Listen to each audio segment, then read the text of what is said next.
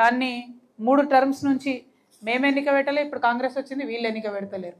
అది మున్సిపాలిటీ చేస్తామని చెప్పినాం, అట్లనే ఆపెట్టినాం. కాబట్టి దానిని ఏదో ఒకటి డిసైడ్ చేయాలి.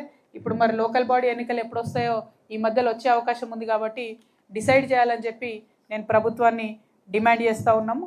మరి చాలా బాధాకరమైన విషయం ఏంటంటే, ఒక పత్తి రైతు మనకి ఇప్పుడే తెలిసింది, తలమడుగు మండలంలో మన రుయ్యాడ గ్రామం, భూమిరెడ్డి గారు మా ఇదివరకు సీనియర్ నాయకుడు ఉండే రుయ్యాడ గ్రామం, వారి సొంత గ్రామంలోనే ఒక పత్తి రైతు పాపం మందు తాగి ఆత్మహత్య చేసుకున్నాడు. వారిని పరామర్శించడానికి కూడా ఇప్పుడు మేము వెళ్తాం మధ్యాహ్నం. కాకపోతే ఇది జరుగుతుంది, పత్తి రైతు గోస అనేటటువంటిది మామూలు గోస కాదు. ఆ ఉసురు మీరు పోసుకోకండి అని చెప్పి బీజేపీ కాంగ్రెస్ నాయకులు ఇద్దరిని కూడా నేను కోరుతా ఉన్నా. దయచేసి సీరియస్గా తీసుకోండి, ఇటువంటి ఆత్మహత్యలు మొదలైతే ఆగవు. కాబట్టి ప్రభుత్వం సీరియస్గా తీసుకోవాలని చెప్పి మేము డిమాండ్ చేస్తూ ఉన్నాము. Thank you. జై తెలంగాణ. ఏం లేవు ఇది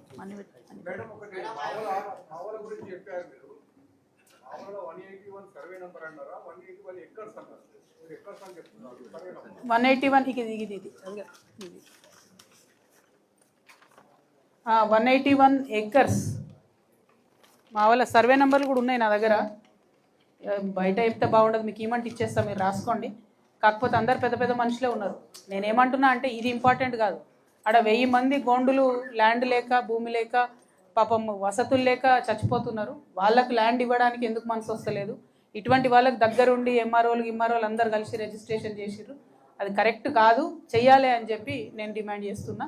ఏదైతే కొమరంభీం కాలనీ చూసినామో ఆ కాలనీకి తక్షణమే వాళ్ళకు భూమి మీద హక్కులు ఇవ్వాలి గోండులకు అని చెప్పి కోరుతా ఉన్నాం. ఇవ్వకపోతే ఇట్లాంటివన్నీ బయటకు తీయాల్సి వస్తుందని ఇండైరెక్ట్గా చెప్తున్నాం అన్నట్టు. అట్లా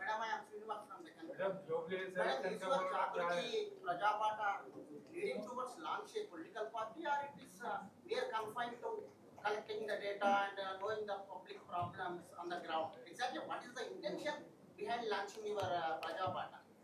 Jagruti Janam Bata is a program to get to know the issues of the people very close to the ground. See, hearing about an issue is one thing, but practically going there, seeing, understanding all the perspectives of the issue is another thing. So we are trying to do that. There is severe distress across Telangana rural areas and also in the towns. So we want to understand what is happening, and when anybody raises certain issues, at least a part of it will get resolved immediately.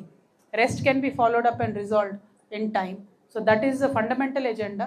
So Telangana Jagruti always had a very strong committees across Telangana earlier. Now we are trying